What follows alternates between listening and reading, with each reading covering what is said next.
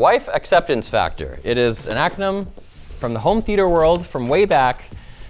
And it is the reason why people buy these Samsung frame TVs. They're TVs that look like art when you're not using them, which is pretty sweet. Look, there's another one. That one is from Hisense, a competitor. So many people care about your TV looking good when you're not using it and not just looking like a black square, that there's competition in this marketplace.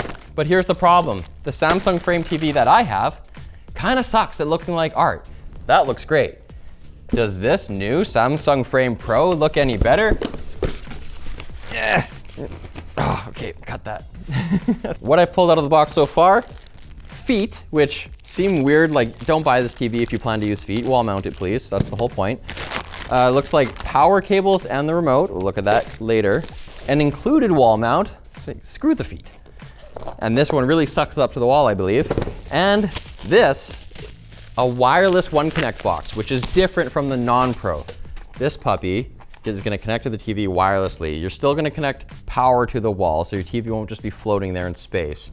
But you won't have to fish a wire through your wall just for this stuff.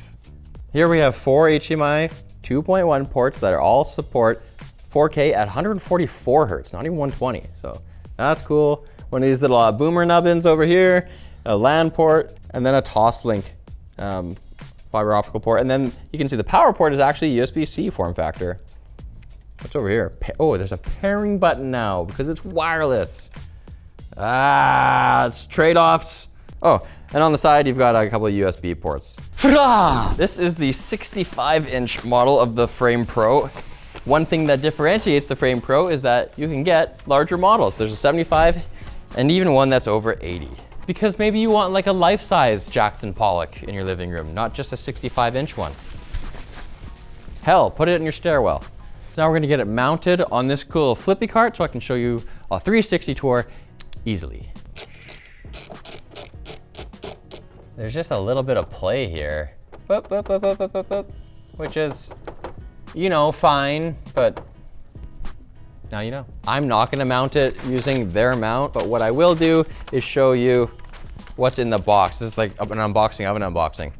This is a template to put on your wall to help you place the mount. An anchor guide in case you're using drywall or brick or what. Other precautions when you're mounting the wall. Little transparent stickers that I believe are for taping the template to the wall with, you know, just in a non-stick way so you don't screw up your wall. Mounting plates. Look at that. That's the hook. The hook's on there. And the plates that they mount to with magnets. What are those for? How do they work? Little adhesive pads, thin ones and thick ones, so that the other parts of your TV that would be resting against your paint job on your wall aren't. They're resting on these. And some fairly long and thick drywall anchors. But what I'm looking for are these little screws for the back of the TV, which I'm going to use with our mount.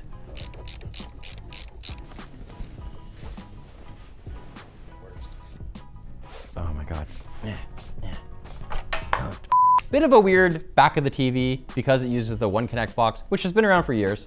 And it's weird because there's no I/O other than a couple of USB ports. And even that's weird. There's no USB-A, it's micro B. There's a picture of a controller. And then there's a USB-C. And other than that, there are no ports except for power, which is right here. And we'll get to that in a second, right after we look at the feet, which again, don't use these. But if you do, kind of a good system. They go on toollessly, and there are 2 heights, low and high. The 2 feet are 40 inches apart, and they go on by sticking them on and pulling them down.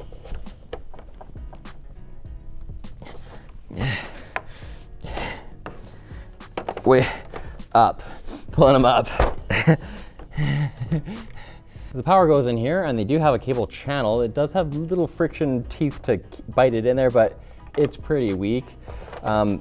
Anyway, you can route it down towards the foot, and you can use this included cable holder to bite the back of the foot to make to make it discreet.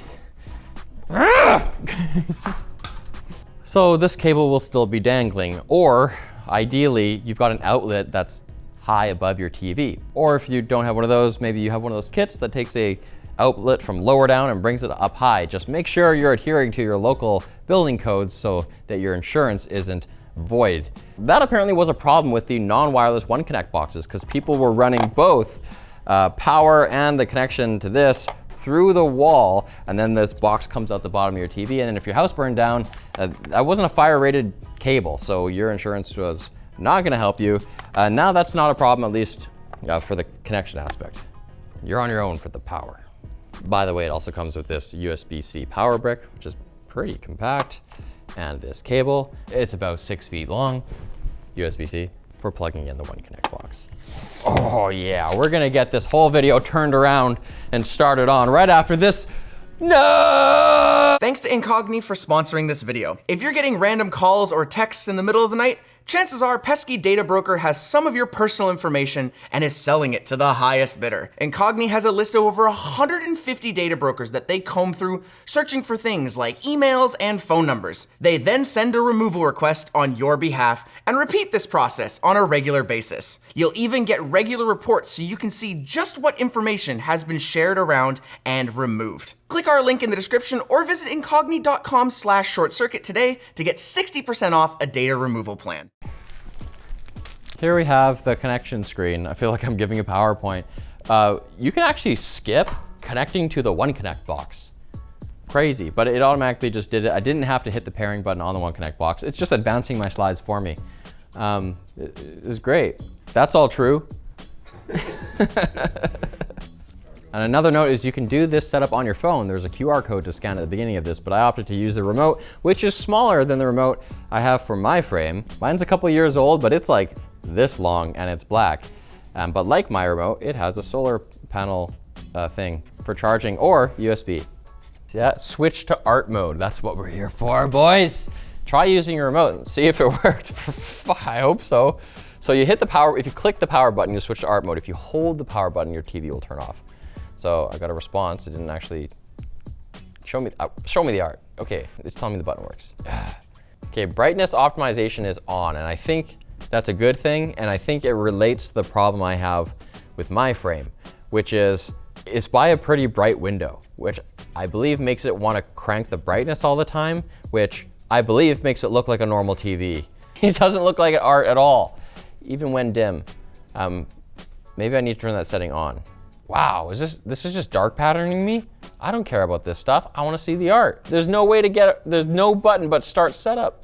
Bring me the arts. There it is. That looks bad. Does that look like a matte piece of art on a canvas to you, or what? It's so yellow. I think that looks like a TV. Maybe a different art piece will be better. Like, look at it compared to that thing. We can't compare because it's not the right. You got to use a piece of art as a photo. This is a photo, not an art.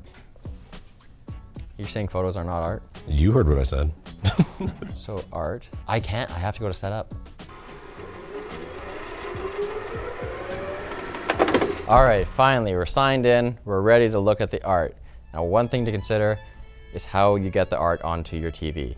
They're about to show us their ad for what they want us to buy for $5 a month, a subscription. You can use your phone, just get photos from wherever you get them, or artworks from wherever you get them and put them on there. In my experience, it was very clunky and the app was very slow and very janky to use. I don't know if it's just like weaponized incompetence, but man, they made it so hard to put art on the TV that I just gave up, and whatever's on there is on there at this point. High definition artwork from top museums and artists, that's something they could be gating. Like maybe you can't get 4K stuff on here unless you use the membership. Art streams, always fresh, always free. Like your Spotify, what is that, weekly? It's also not always free, it's a trial. Always free for 1 week. Always fresh, always free. As long as you pay us monthly, we'll keep giving you free stuff. Not ready for art? Frame your photos. Yes, you can put your pictures on here of your kids and stuff, which is cringe, but possible. Let's just try. Try this Wes Anderson barbecue. You guys know what peacocks sound like?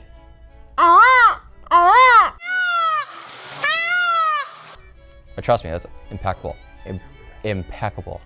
This looks like something that would look like art if it was in front of you. Okay, okay. Look, there's a progress bar counting down. You can only look at what's gonna happen. Give us money. That's just a lot of money per year. $8 a month? $5 US a month.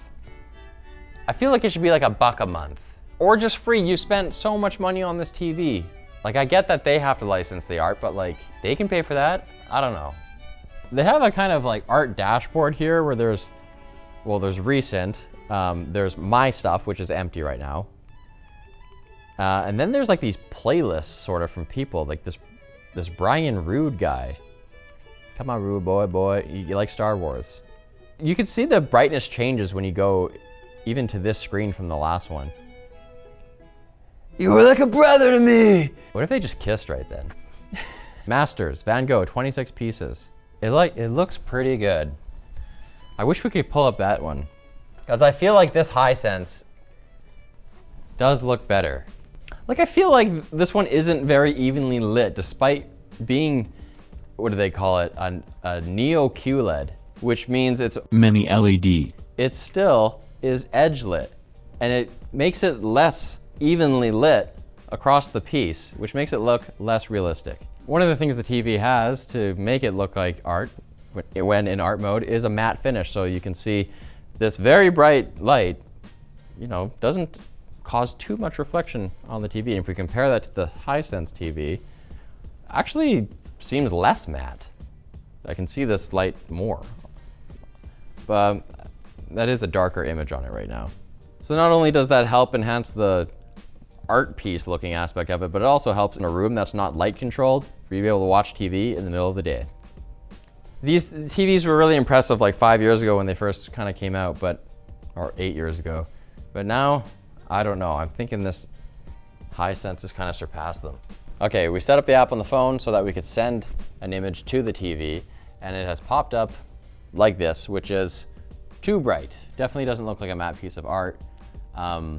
Looks bad, but with art that you put on, you can actually go to this settings kind of option here and mess around. So let's see, you can change the color matte and the matte color and the photo filter. So let's start at the top.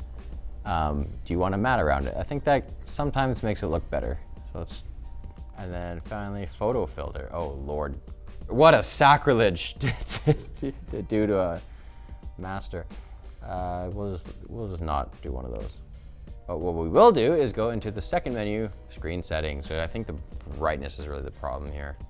Now, people in the room, you tell me, does that look more like art? Does that look more like a dim TV? Dim TV. Dim TV. But what if you didn't subscribe to real art and you didn't pirate real art? Instead, you just created fake art. There's an AI slot mode. I'm gonna seize my day. Oh my God, look at that. You basically get to design a prompt and then tell it to regenerate if you don't like it. These all really look like photos more than art. That's a good tea time photo. It is a dingy room. That is so weird. One last final thing to talk about with the art piece aspect of this TV is the frames of the frame. On the frame TV that I have at home, I have some frames that actually look like this. They're a light wood color and they click on and off. And you'll want those for these probably, unless you just want black. But the problem is you can't buy them right now, the time we're making this video. But also you can't just go on, say, Marketplace or from your frame from your old TV and snap them on here because they're not compatible. They're not backwards compatible. So annoying. So you're kind of just, you're using black, baby. That's it. Now we want to know how good it is at just being a TV. And well, I mean, motion smoothing's on out of the box. It looks like a fine TV. It's like pretty vibrant right now. I was wondering if the remote's battery was dying or something, because like, holy cow, it took a long time for this settings menu to pop up here. As far as picture quality goes, it seems okay. Starting at $2,200, before your art subscription, before you buy frames, if and when they ever come out, you're not getting a lot of TV for that price. You can get an OLED for that price. So clearly you're paying for the art component of it, which in my opinion, it doesn't do a great job of. The other thing is gaming. Like, would you want to game on this given that it is wirelessly transmitting to its One Connect box? And that is your only option? You're just signing up for input lag, like literally out of the box. So if gaming is important to you, I would probably avoid this TV. In my house, I have a QD OLED. Basically, I have a Sirius TV, and then I have one of these. The frame TV in my house is a secondary TV. It's like this big. It's in the living room just for casual viewing.